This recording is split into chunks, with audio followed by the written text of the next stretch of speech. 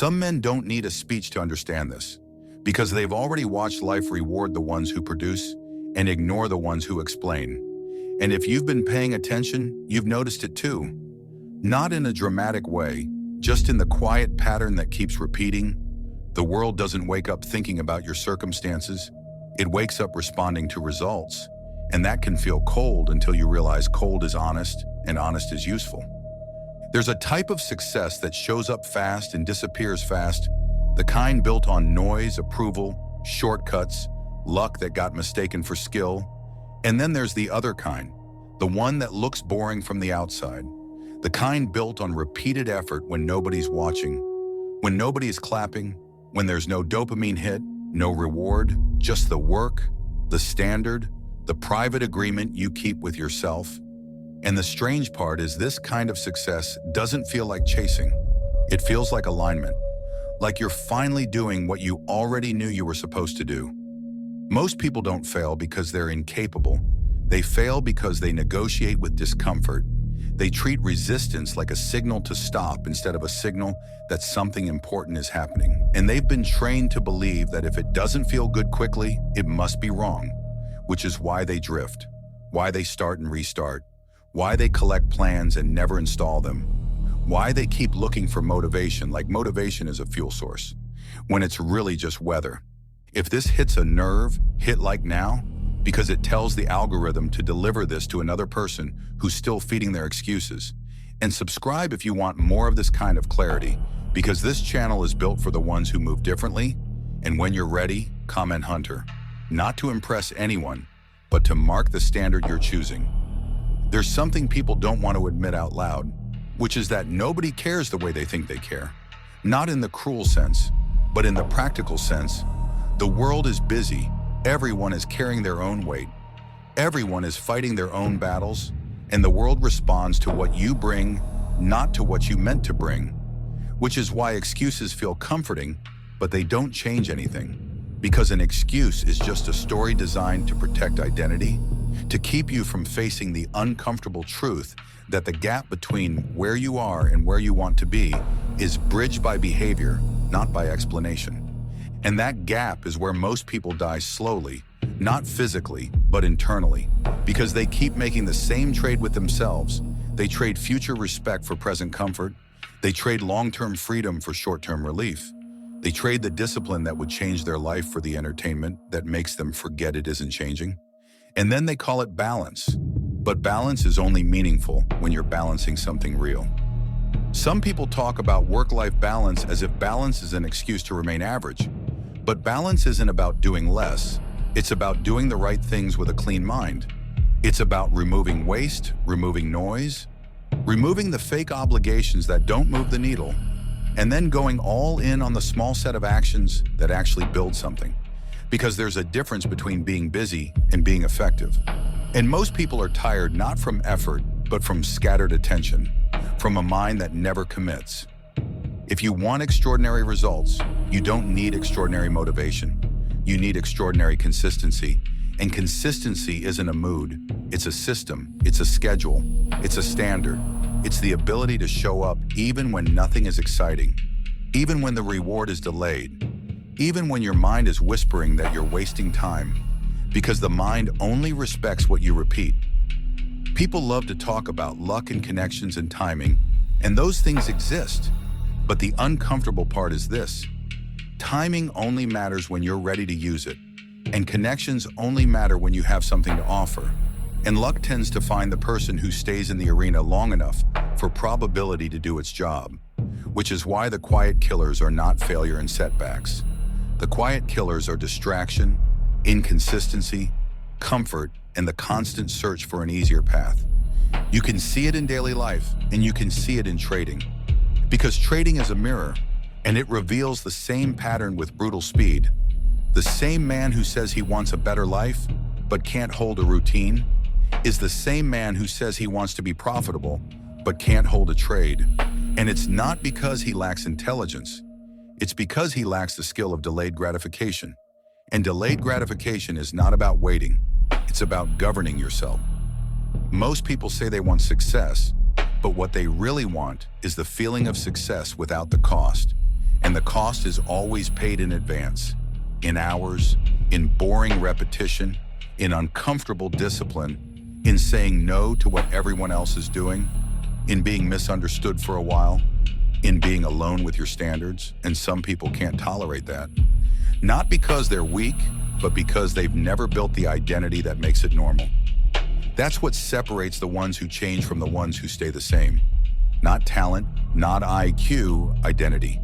There are people who are built around comfort and they decorate it with excuses, and there are people who are built around standards and they decorate it with results, and nobody can hand you that identity. You have to install it with behavior until it feels like who you are. So let me ask you something in a way that doesn't flatter you and doesn't insult you, just tells the truth. When was the last time you were so locked into your craft that time disappeared? Not because you were grinding for a camera, but because you were focused, because you were in the work, because you were building something that mattered to you more than entertainment. When was the last time you did something hard without telling anyone? When was the last time you stayed consistent when there was no immediate reward? Because that's where real success is built. In the quiet room, in the unseen hours, in the choice that nobody will applaud. And if you can't remember, it doesn't mean you're doomed. It means you've been living inside distraction long enough that focus feels unfamiliar. And the first step is to admit it without drama.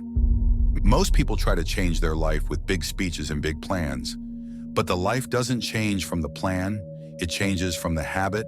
The habit is the unit of reality, and your life today is the sum of what you do repeatedly, not what you understand. And this is why small, consistent actions are dangerous in the best way, because they compound quietly until the old identity can't survive next to the new results. The extra hour when everyone else logs off, the workout when you don't feel like it, the chapter you read instead of scrolling, the trade you don't take because it's not A+, the journal entry that tells the truth instead of protecting ego, the early sleep that protects tomorrow, the clean food that protects energy, the decision to show up again. People underestimate these because they're small, but small is how everything starts, and small is how professionals operate, because professionals don't need their actions to be dramatic, they need them to be repeatable. Discipline is not a personality trait, it's a muscle. And the muscle grows by doing the thing you said you would do regardless of your feelings. And yes, it's uncomfortable at first because you are fighting an old identity. The identity that wants convenience, the identity that wants dopamine, the identity that wants certainty. And this is why the beginning feels like friction. Not because you're doing it wrong, but because you're doing something new. And failure will show up too, because it always does, not as a sign to quit, but as a teacher. And the men who win long-term don't interpret failure as a verdict. They interpret it as feedback, as tuition, as information. And that's what keeps them moving. Because as long as you keep moving, you're still in the process of winning. The only real failure is quitting. Not the temporary kind of quitting where you take a break, but the internal quitting where you decide the story's over, and then you build a life around excuses so you don't have to face the grief of what you could have become. That's why you have to be ruthless with time. Not in a manic way, in a respectful way. Time is the only currency you can't earn back. And the tragedy isn't that people waste time occasionally. The tragedy is that they waste it daily.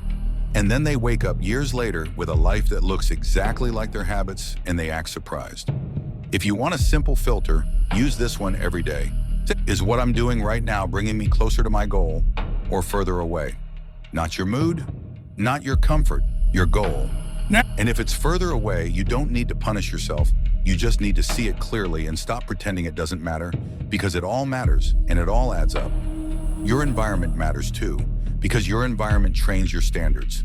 The people you listen to, the content you consume, the places you spend your time. If you're surrounded by complainers, you will start sounding like one. If you're surrounded by disciplined people, you will start adjusting. Not because you're a follower, but because language and behavior are contagious, and you become what you repeatedly absorb, which is why some people protect their environment like it's sacred, because it is. And then there's responsibility, the thing most people avoid until life forces it, because responsibility removes your excuses, and excuses are comfortable, but responsibility gives you power, because the moment you stop blaming and start owning, you can change things. And when you can change things, you stop feeling helpless, and helplessness is what keeps people stuck. So here's the truth in its cleanest form. The world doesn't owe you, but you owe you. You owe yourself honesty. You owe yourself effort. You owe yourself the discipline that turns potential into reality. You owe yourself the standards that future you will respect. And that respect is worth more than comfort. Now, I'm not telling you to work yourself to death. I'm telling you to stop dying slowly through distraction. I'm telling you to stop negotiating with the work that would set you free. I'm telling you to become the kind of person who can be trusted by their own word. Because when you can trust yourself, everything changes. Your confidence stops being emotional. It becomes structural. It becomes earned. And once it's earned, it doesn't leave you when the day is hard. It stays. That's the quiet power. If you know someone who needs this, share it with them, because some people don't need another tip, they need a standard. And if this resonated with you, comment Hunter and subscribe so you don't miss what comes next, because this is the kind of content that builds a different kind of mind. And once you build that mind, it's hard to go back.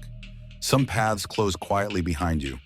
After you see how excuses are just protection for an identity you've outgrown, you stop respecting them. And when you stop respecting them, you start moving like the person you said you wanted to become. Not loudly, not for attention, just consistently, just inevitably.